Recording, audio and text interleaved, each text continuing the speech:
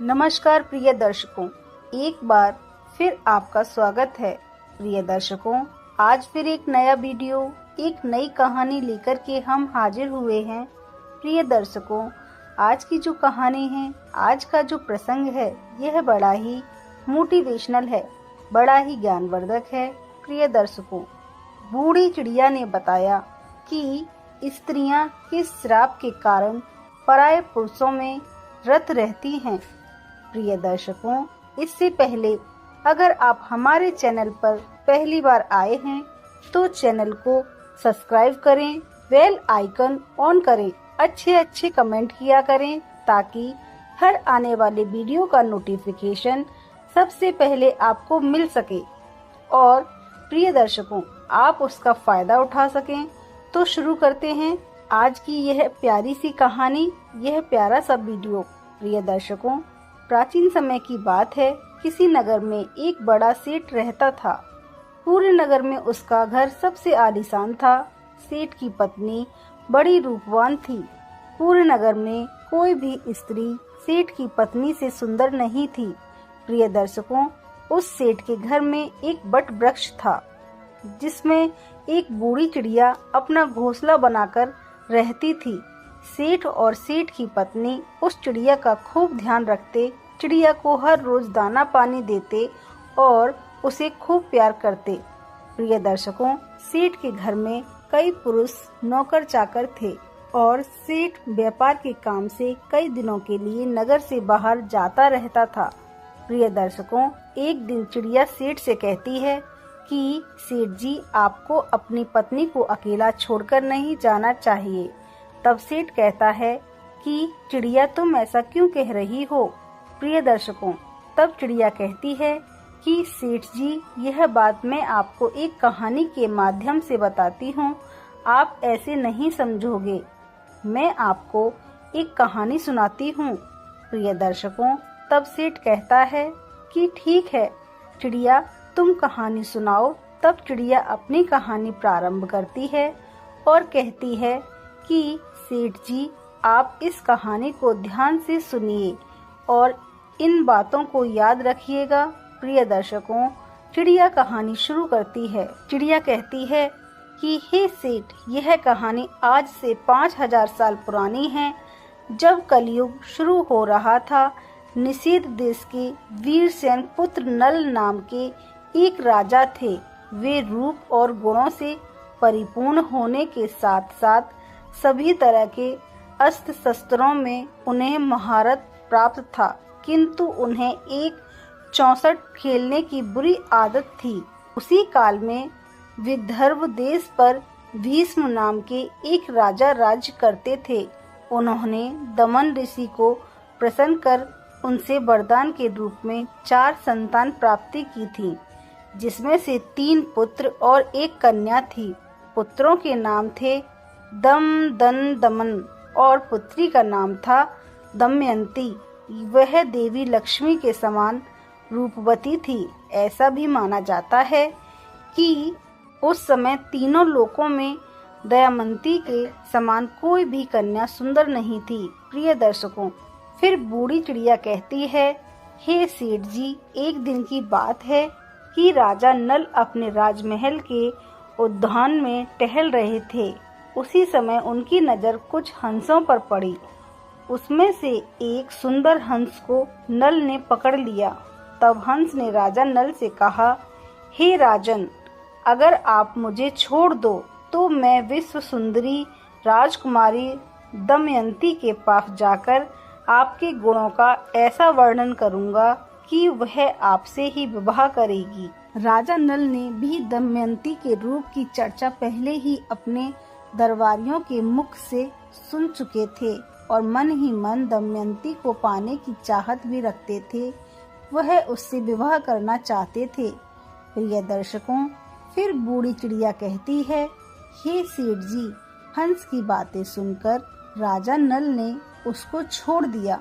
इसके बाद वे सभी हंस उड़कर राजकुमारी दमयंती उद्यान में चले आए। दूसरी तरफ दमयंती हंसों को अपने महल के उद्यान में देखकर बहुत खुश हुई।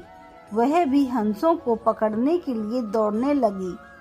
उसने जिस हंस को पकड़ा तभी वह हंस बोल उठा, हे रानी दमयंती, निषेध देश का एक नल नाम का राजा है। वह राजा बहुत ही सुंदर है, मनुष्यों में उसके समान सुंदर और कोई भी नहीं।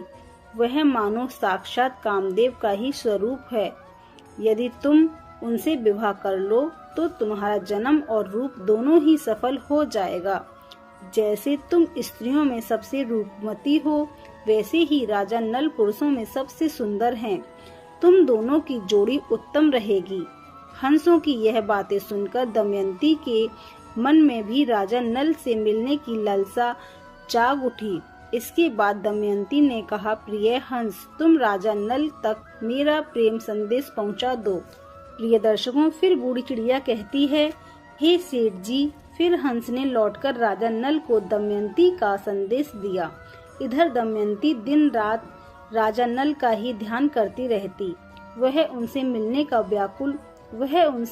को व्याकुल हो रही थी, लेकिन उसे समझ में नहीं आ रहा था कि वह कैसे मिलने जाए, अपने दिल की बात करे। नल के वियोग में दमयंती का शरीर और दुबला होता गया, वह कमजोर सी दिखने लगी। फिर कुछ दिनों के बाद राजा भीष्म ने सोचा कि मेरी पुत्री विवाह योग्य हो गई है, तथा दमयंती के पिता ने उसके स्वयंवर का आयोजन किया, जिसमें सभी देशों के राजाओं को स्वयंवर के लिए बुलाया गया। स्वयंवर का निमंत्रण मिलने के बाद सभी देशों के राजा वहां पहुंचने लगे।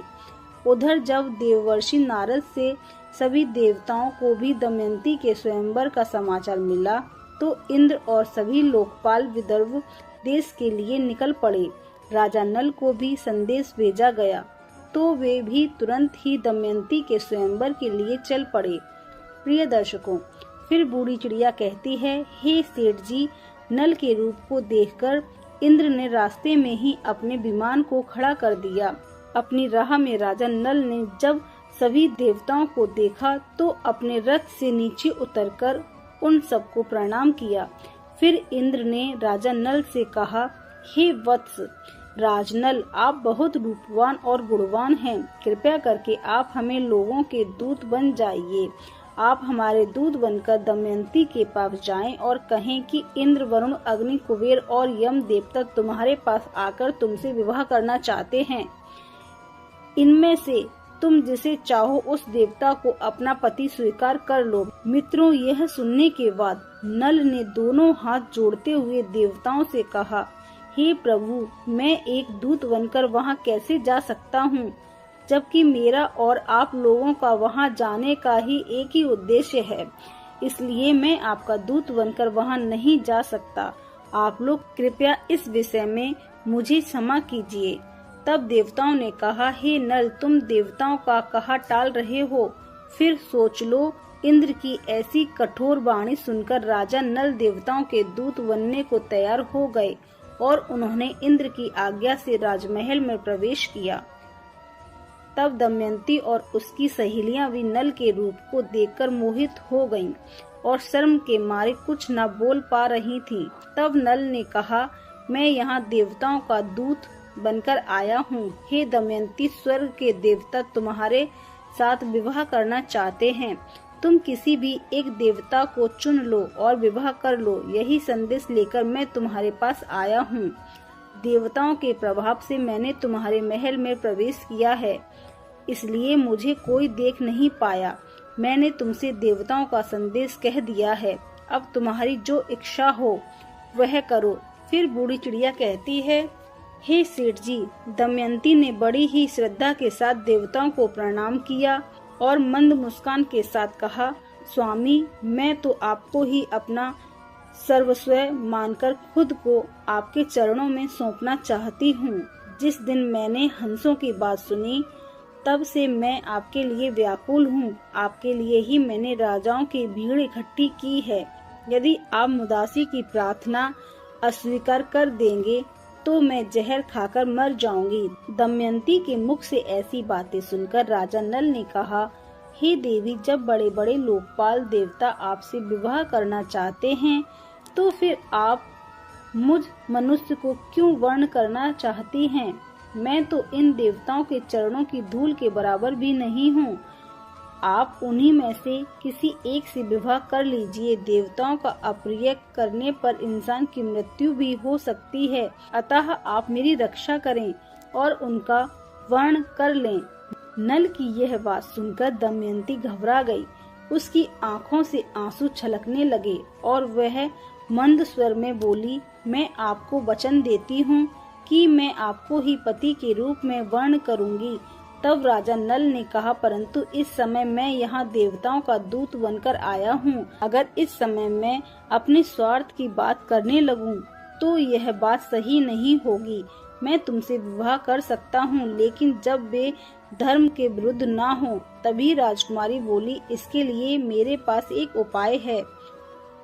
उसके अनुसार काम करने पर आपको दोष भी नहीं लगेगा और हमारा विवाह भी संपन्न हो जाएगा। उपाय यह है कि आप सभी लोगों के साथ स्वयंवर मंडप में आएं और मैं आपको ही वरमाला डाल दूंगी। प्रिय दर्शकों, फिर बूढ़ी चिड़िया कहती है, सेठ जी, राजा नल वापस देवताओं के समक्ष पहुंच गए और देवताओं के पूछने पर उन्होंने बताया कि वे रानी के पास तो दूत बनकर गया था, लेकिन वह और उसकी सखियां सभी मुझ पर मोहित हो गईं और आप लोगों के प्रस्ताव को उनके सामने रखने के बाद भी वे मुझे ही वर्ण करने पर तुली हैं। कुछ समय बाद वह स्वयंवर की घड़ी आ गई। राजा भीष्म ने सभी को स्वयंवर सभा में बुलाया। सभी राजा अपने अपने स्थान पर आकर बैठ गए। तभी दमयंती भी आ गई। सभी राजाओं का परिचय दिया जाने लगा। वह उन्हें देख आगे बढ़ने लगी। तभी इसी कतार में दमयंती को एक ही स्थान पर नल के समान हूबहू दिखने तथा वैसे ही वेशभूषा वाले 5 राजकुमार खड़े दिखाई दिए। तब वह हैरान हो गई और मन ही मन विचार करने लगी कि इन 5 में से राजा नल को कैसे पहचानूं। तभी वह समझ गई कि यह देवताओं की माया है और अंत में दमयंती ने निश्चय किया कि इस समस्या से बाहर निकलने के लिए वह देवताओं की सहायता मांगने लगी और अपने हाथ जोड़कर देवताओं की स्तुति करने लगी और कहने लगी, हे देवताओं, हंस के मुख से नल का वर्णन सुनकर मैंने उन्हें ही पति के रूप में वर्ण कर लिया था और उसी को पाने के लिए मैंने यह स्तुति शुरू की है। कृपा करें आप लोग अपने साक्षात रूप में प्रकट हो जाएं, जिससे मैं राजा नल को पहचान सकूं। देवताओं ने प्रसन्न होकर उसे ऐसी शक्ति दी जिससे वह देवता और मनुष्य में अंतर कर सके। तत्पश्चात वह राजा नल के गले में माला डालकर उसका वर्ण कर लिया। प्रिय दर्शकों, फिर बूढ़ी चिड़िया कहती है, हे सेठ जी, स्वयंवर पूरा होने के बाद देवता वापस स्वर्ग की ओर जा रहे थे। उस समय उसकी मार्ग में ही कलयुग और द्वापर से भेंट हो जाती है। तब इंद्र ने पूछा, कलयुग कहाँ जा रहे हो? तब कलयुग ने कहा, मैं दमयंती के स्वयंवर में उससे विवाह करने के लिए जा रहा हूँ। फिर इंद्र ने बताया, अरे स्वयंवर तो कब का पूरा हो गया है। दमयंती ने नल का वर्ण कर लिया, हम लोग तो बस देखते ही रह गए। यह सुनकर कलयुग बोला, यह तो अनर्थ हो गया। उसने देवताओं का घोर अपमान किया, इसलिए उसे इस अपराध का दंड अवश्य मिलना चाहिए। सभी देवताओं ने कहा, दमयंती ने हमारी आज्ञा प्राप्त करके ही नल को वर्ण किया है। हे कली, वास्तव में नल सर्वगुण संपन्न और उसके लिए योग्य वर है, इसलिए उसको श्राप देना पुण्यवान ब्राह्मण को नरक में गिरने के समान है, जो कि एक महापाप है। प्रिय दर्शकों, फिर बूढ़ी चिड़िया कहती है, हे सेठ जी, ऐसा कहकर देवता आगे बढ़ गए, लेकिन कलयुग और द्वापर इसी विषय पर बात कर रहे थे। कलयुग ने द्वापर से कहा, मैं अपना क्रोध शांत नहीं कर सकता, इसलिए नल के शरीर में निवास करूंगा और उसे मैं राजविहीन कर दूंगा। उस स्थिति में दमयंती के साथ नहीं रह सकेगा। उसे चौसे का बड़ा शौक है, इसलिए तुम भी चौसों के पासों में प्रवेश करके मेरी सहायता करना। और द्वापर ने भी उसकी बात मान ली। इसके बाद द्वापर और कलयुग दोनों ही नल की राजधानी गए। लेकिन कली को नल के शरीर में प्रवेश करने का कोई मार्ग नहीं मिल रहा था। वह सिर्फ एक अवसर चाहता था नल के शरीर में प्रवेश करने का। इसी तरह समय बीतता गया, लेकिन कलयुग कुछ न कर पाया। फिर 12 वर्ष पश्चात एक दिन राजा नल संध्या के समय लघु शंका से निवृत्ति होकर बिना हाथ पैर धोए भोजन करने को बैठ गए। यह अपवित्र अवस्था देखकर कलयुग उसके शरीर में प्रवेश कर गया। वही कलयुग दूसरा रूप धारण करके उनके भाई जो अलग रहकर अपना राज चलाते थे पुष्कर के पास गया और उससे कहने लगा, तुम नल के साथ चौसे खेलो, मैं वचन देता हूँ मैं तुम्हें निश्चित रूप से उसका राज जिताने में तुम्हारी मदद करूँगा। पुष्कर ने कलयुग की बात मान ली और नल के पास शीघ्र ही चला गया। जब पुष्कर ने राजा नल को जुआ में खेलने के लिए ललकारा तो राजा नल दमयंती के सामने उसकी ललकार सह न सके। प्रिय दर्शकों, फिर बूढ़ी चिड़िया कहती है, हे सेठ जी, राजा नल ने चौसे खेलने का निश्चय किया। फिर खेल प्रारंभ हुआ। उस समय नल के शरीर में कलयुग प्रवेश कर चुका था और पासों में द्वापर था, इसलिए नल जो कुछ भी जुए में लगाते वह हार जाते। प्रजा और मंत्रियों ने राजा को रोकना चाहा, लेकिन वे सब कुछ हारने तक नहीं रुके। जब मंत्रियों ने रानी तक राजा को रोकने का संदेश पहुंचाया, तब दमयंती ने राजा नल से कहा, हे स्वामी, आपकी सारी प्रजा आपके दुख के कारण अचेत हुई जा रही है। इतना कहकर दमयंती भी रोने लगी, लेकिन राजा नल कलयुग के वश में होने के कारण उसकी एक बात भी नहीं सुन रहे थे और जुआ खेलते रहे। द्वापर का पासों पर नियंत्रण था, इसलिए राजा नल जो भी पासे फेंकते उनके प्रतिकूल ही पड़ते। जब दमयंती ने देखा तो राजा नल के सारथी को बुलाकर बच्चों को रथ में बिठाकर कुंडी नगर को भेज दिया। इसके बाद पुष्कर ने राजा नल का सारा धन चौसों में जीत लिया और बोला, क्या तुम्हारे पास दांव पर लगाने के लिए कुछ और भी है? अगर तुम दमयंती को दांव पर लगाने के लायक समझो तो उसे भी लगा सकते हो, बदले में मैं सब कुछ वापस लौटा दूंगा। लेकिन राजा नल ने दमयंती को दांव पर नहीं लगाया। मित्रों, चौसे में जब कुछ हारने के बाद राजा नल और दमयंती जंगल जंगल भटकने लगे तो उन्हें भोजन तक नसीब नहीं होता। एक दिन राजा नल ने देखा कि कई पक्षी उनके पास आकर बैठ गए। उन पक्षियों के पंख सोने के समान चमक रहे थे। नल ने सोचा कि अगर मैं इन पक्षियों के पंख प्राप्त कर लूं तो इनसे कुछ धन मिल सकता है। ऐसा सोचकर उन्हें पकड़ने के लिए नल ने उन पर अपने पहने हुए वस्त्र डाल दिए, लेकिन पक्षी उनके वस्त्र भी लेकर उड़ गया।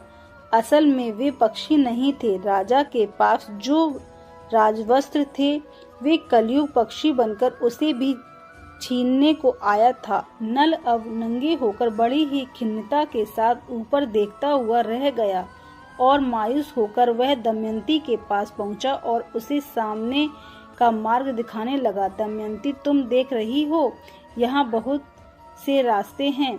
एक रास्ता अवंती की ओर जाता है, दूसरा पर्वत से होकर दक्षिण देश के सामने विंध्याचल पर्वत है।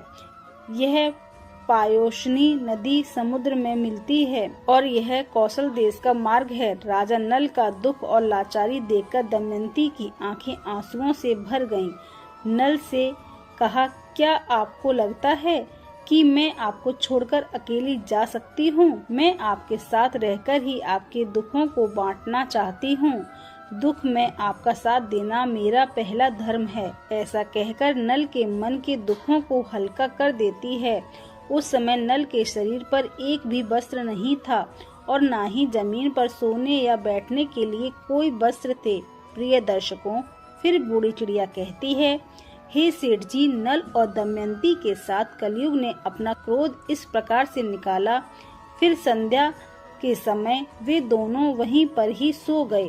कुछ समय बाद नल गहरी सोच में पड़ गया और मन ही मन कहता है कि यह मुझसे बड़ा प्रेम करती है, प्रेम के कारण ही उसे इतना दुख झेलना पड़ रहा है। फिर राजा नल ने सोचा कि इसे छोड़कर चला जाऊं तो संभव है कि इसे इन दुखों से राहत मिल जाए और यह चलते चलते अपने पिता के राज्य को चली जाए। यह सोचकर उसने दमयंती की साड़ी से अपना शरीर ढक लिया। दमयंती गहरी निद्रा में थी और नल उसे छोड़कर निकल गए।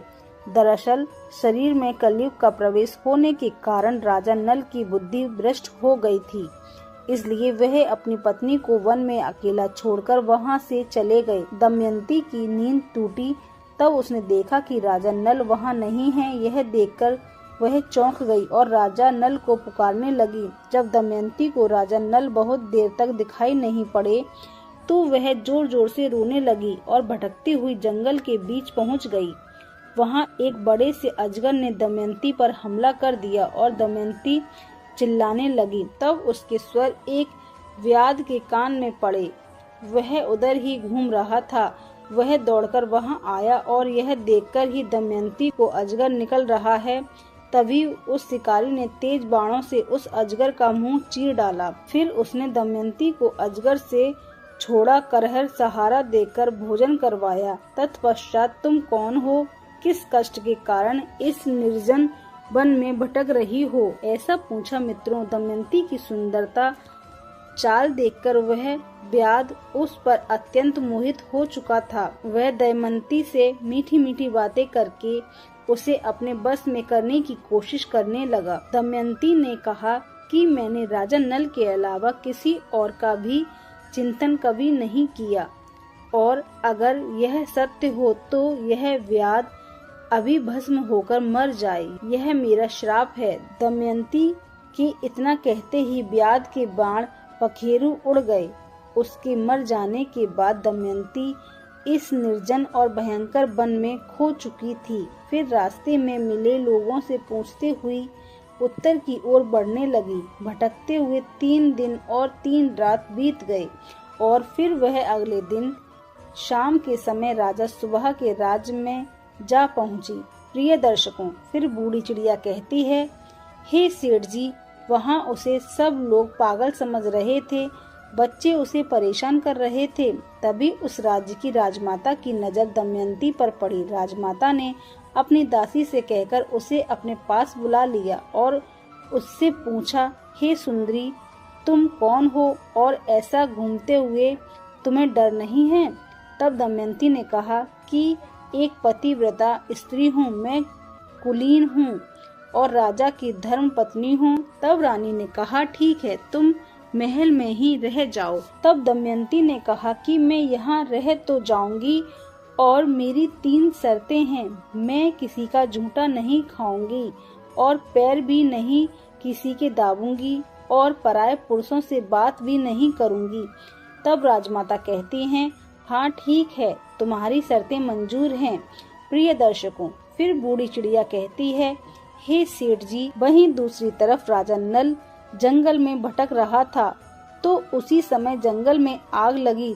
तब सभी नल को किसी के चिल्लाने की आवाज आ रही थी। वह उस तरफ दौड़ पड़ा। वहां पहुंचकर उसने देखा कि नागराज कुंडली मारकर बैठे हुए हैं। उसने नल से कहा, राजन, मैं करकोटक नाम का सर्प हूँ। मैंने नारद मुनि को धोखा दिया था, इसलिए उन्होंने सांप बना दिया है। जब तक राजा नल तुम्हें उठा ना लें, तब तक यहीं पड़े रहना। उठाने पर ही तुम्हें इस श्राप से मुक्ति मिल जाएगी।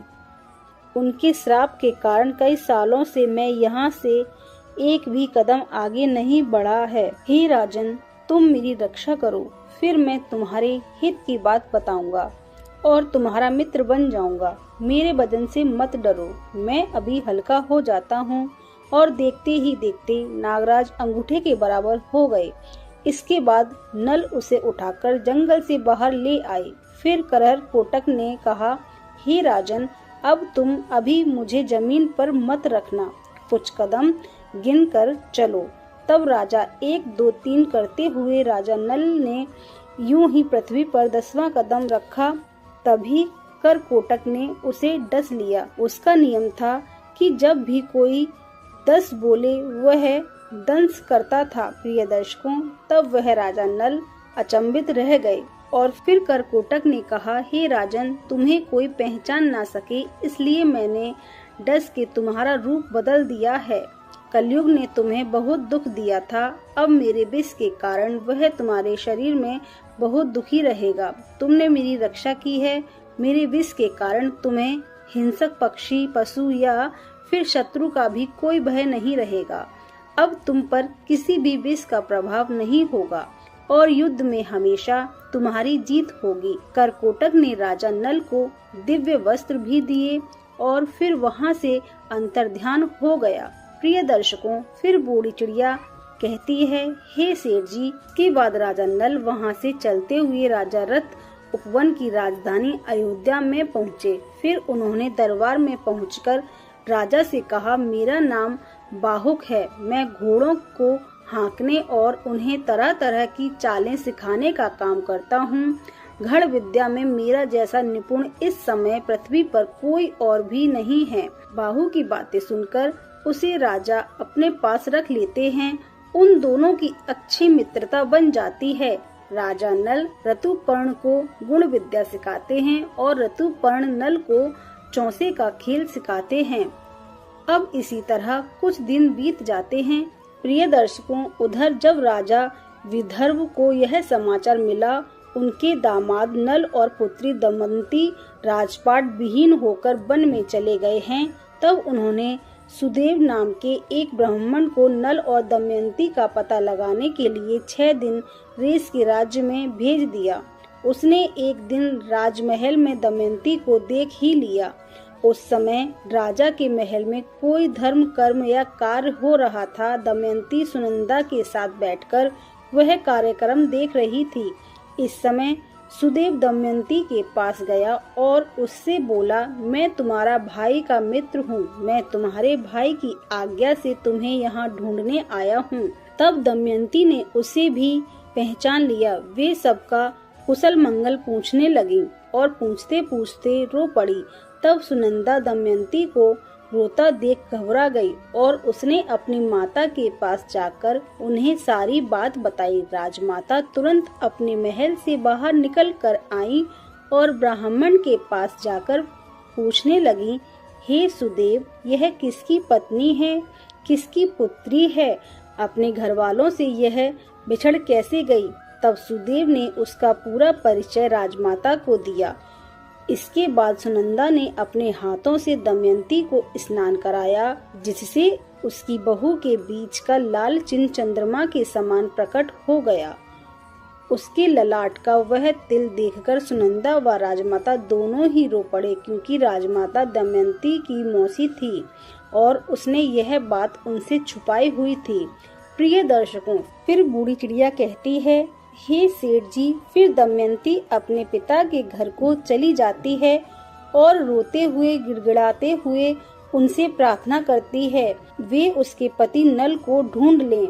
अपनी पुत्री की बात सुनकर राजा भीष्म सुदेव को बुलाते हैं और राजा नल की खोजने की योजना बनाते हैं। उस समय दमयंती सुदेव से कहती है, हे सुदेव, हो सकता है कि मेरे पति शर्म के मारे तुमसे ना मिले हों और गुप्त रहकर अपना जीवन व्यापन कर रहे होंगे।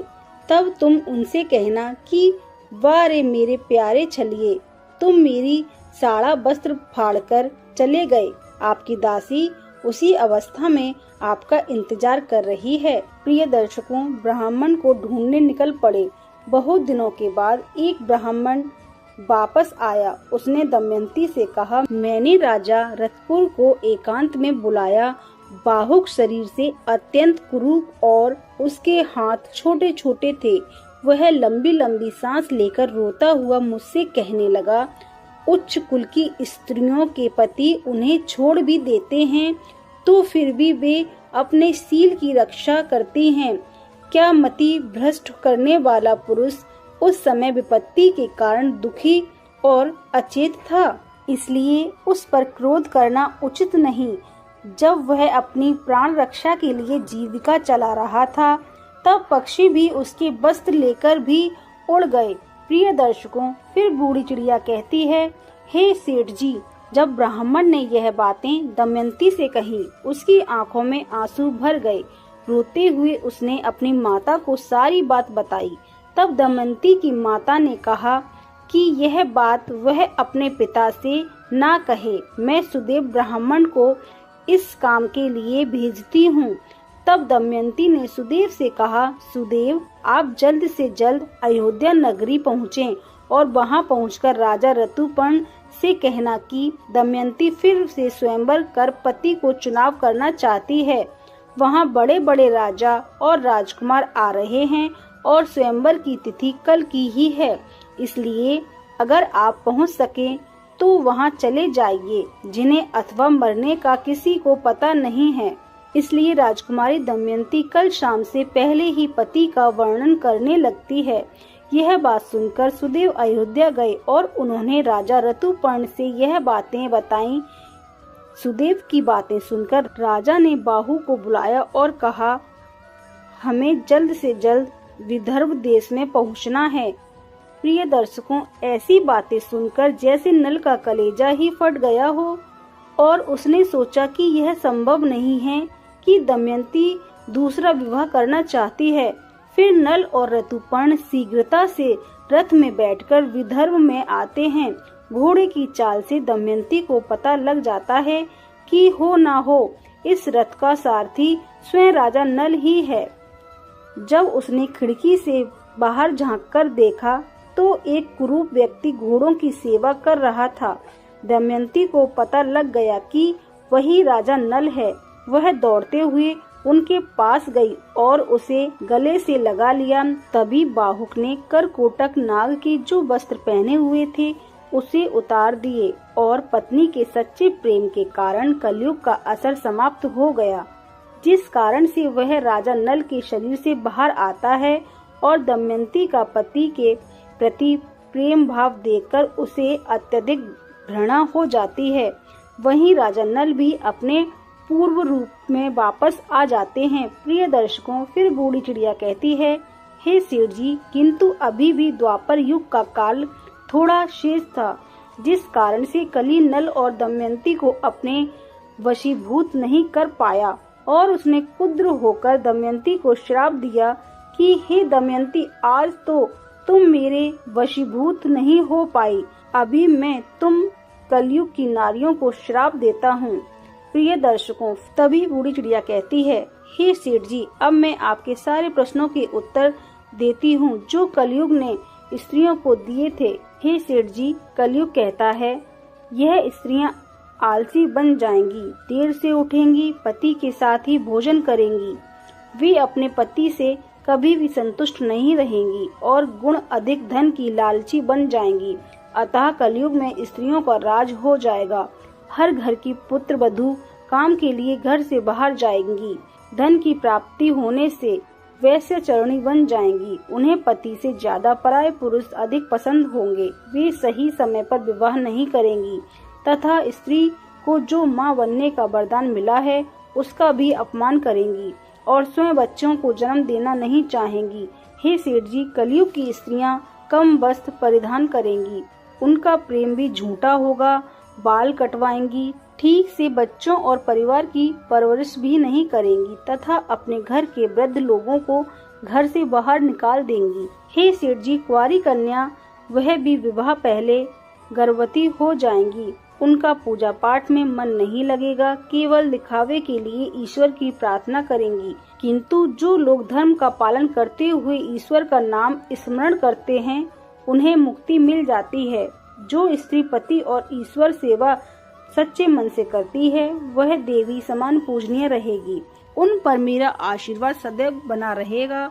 प्रिय दर्शकों, हमारी आज की कहानी यहाँ समाप्त होती है। हम उम्मीद करते हैं कि आपको हमारी आज की यह कहानी, आज का यह वीडियो पसंद आया होगा और आप इससे ढेर सारी प्रेरणा लेंगे। मिलते हैं अगली ज्ञान चर्चा के साथ अगले वीडियो में। तब तक के लिए नमस्कार, धन्यवाद।